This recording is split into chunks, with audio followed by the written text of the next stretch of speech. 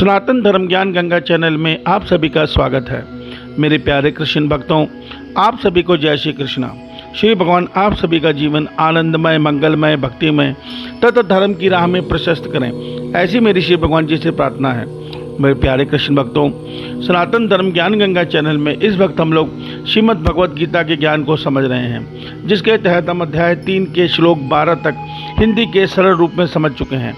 आज हम उससे आगे अध्याय 3 के श्लोक 13 को हिंदी के सरल रूप में समझते हैं।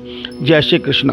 प्यारे कृष्ण भक्तों, अध्याय 3 के श्लोक 13 में भगवान श्री कृष्ण जी अर्जुन के माध्यम से हम सभी को यह गूढ़ रहस्य बता रहे हैं कि यज्ञ से बचे हुए अन्न को खाने वाले श्रेष्ठ पुरुष सदैव सब पापों से मुक्त हो जाते हैं, मगर जो पापी मनुष्य केवल अपने शरीर पोषण के लिए और अपने सेहत के लिए ही अन्न पकाते और खाते हैं, ऐसे मनुष्य निश्चित ही पाप खाते हैं और अधर्म के मार्ग पर चलते हैं। मेरे प्यारे कृष्ण भक्तों, आइए हम आज के श्लोक को अब सरल रूप में समझने का प्रयास करते हैं। देखिए, अध्याय 3 में भगवान के आरंभ में अर्जुन ने भगवान श्री कृष्ण जी से प्रश्न किया है कि भगवान, जब हम ज्ञान के मार्ग से ही अपना कल्याण कर सकते हैं तो हमें युद्ध जैसे घोर कर्म में लगने की क्या आवश्यकता है।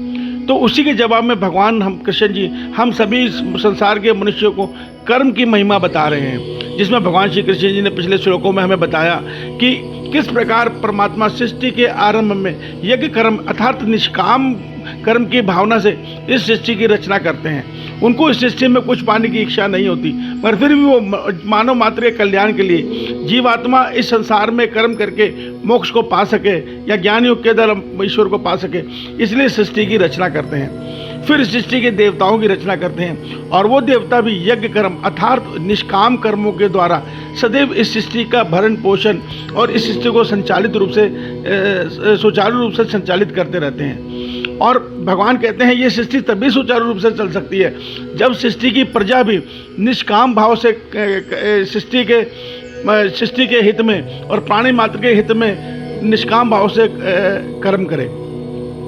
मगर ये चक्र प्राणी तक आते आते टूट जाता है। सृष्टि की प्रजा जो मनुष्य हैं वो लोभ और स्वार्थ के अधीन हुए इसमें अपना निज स्वार्थ जोड़ देते हैं, जिसके कारण मनुष्य के कर्म दूषित हो जाते हैं। वो यज्ञ कर्म नहीं रहते, वो सकाम कर्म बन जाते हैं और ऐसे कर्मों के कारण वो जीवात्मा मनुष्य की कर्म फल बंधन में बंध जाती है और जन्म मरण चक्र में भटकने लग जाती है। अब उसी चक्र में भगवान श्री कृष्ण जी हमें आज के श्लोक में बता रहे हैं कि जो मनुष्य केवल अपने स्वाद के लिए, जिह्वा के स्वाद के लिए और अपने सेहत के लिए अन्न को पकाकर खाते हैं, वास्तव में वो चोर हैं, वो पापी हैं, वो अधर्मी हैं। उसका कारण समझिए।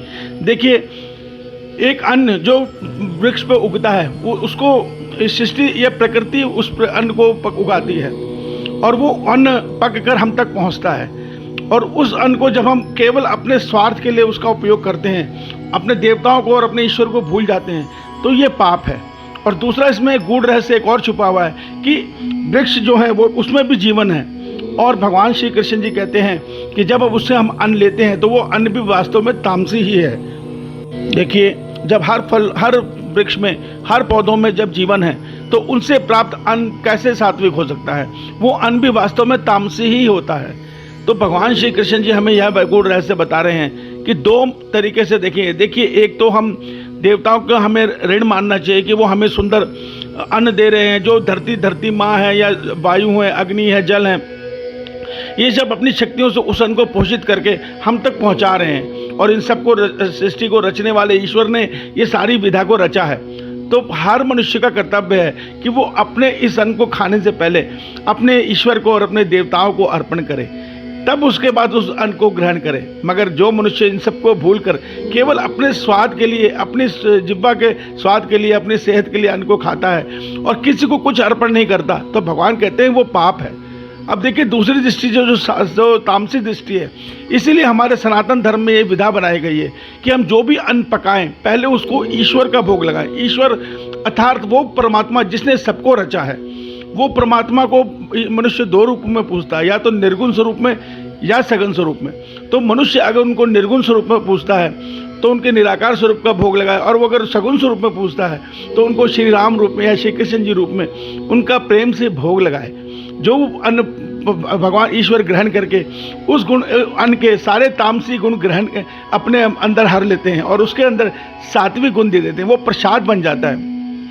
फिर उस प्रसाद को सृष्टि के कारक देवताओं को प्रेम से हर मनुष्य को अर्पण करना चाहिए। उनको अर्पण करके गौ माता को अर्पण करना चाहिए, क्योंकि गौ माता की हम ऋणी हैं। उसके बाद कुत्ते का, कौवे का, सबका अंश निकाल के, चींटी का, सबका अंश निकाल के फिर जो यज्ञ अन्न बचता है उसको बोलते हैं यज्ञ से बचा हुआ अन्न। देखिए, अन्न से यज्ञ किस प्रकार हो सकता है? अन्न से यज्ञ या तो हम रोज़ भंडारा करें, रोज़ भंडारा करना संभव नहीं है, गरीबों को रोज़ खाना खिलाना संभव नहीं है, तो हम किसी 2 या 3 गरीब को पकड़ लें, को चुन लें और उनके लिए नित्य 1 या 2 रोटी का भोजन को अर्पण करें अपने अंश में से जो हम खाते हैं। प्रथम उनके लिए ईश्वर को भोग लगा के फिर देवताओं को अर्पण करें, फिर गौ को, कुत्ते को और गरीबों का अंश निकाल के बचे हुए अन्न को हम ग्रहण करें। भगवान कहते हैं वो प्रसाद है।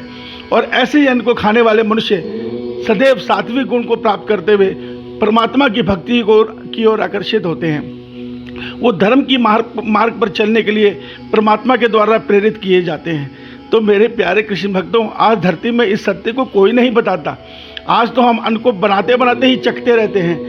तवे पे, गैस पे ही जब अग्नि में अन्न चढ़ा होता है तो मैं देखता हूँ कि वीडियो यूट्यूब चैनल में कि लोग चम्मच में से निकालते हैं, उसको टेस्ट कर रहे होते हैं। ये पाप है।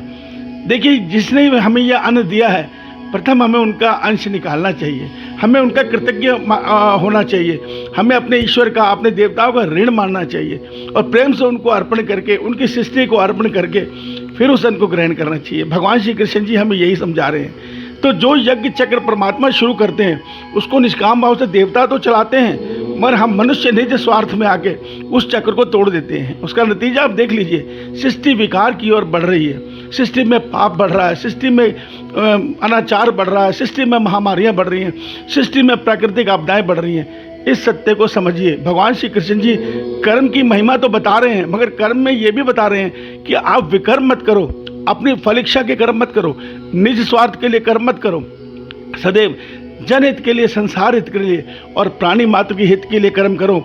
ये संसार में सतयुग आ जाएगा, हर मनुष्य का कल्याण होगा जैसे सतयुग में होता है। जय श्री कृष्णा। श्री भगवान आप सभी को आनंदमय, मंगलमय, भक्तिमय जीवन प्रदान करें। जय श्री कृष्णा।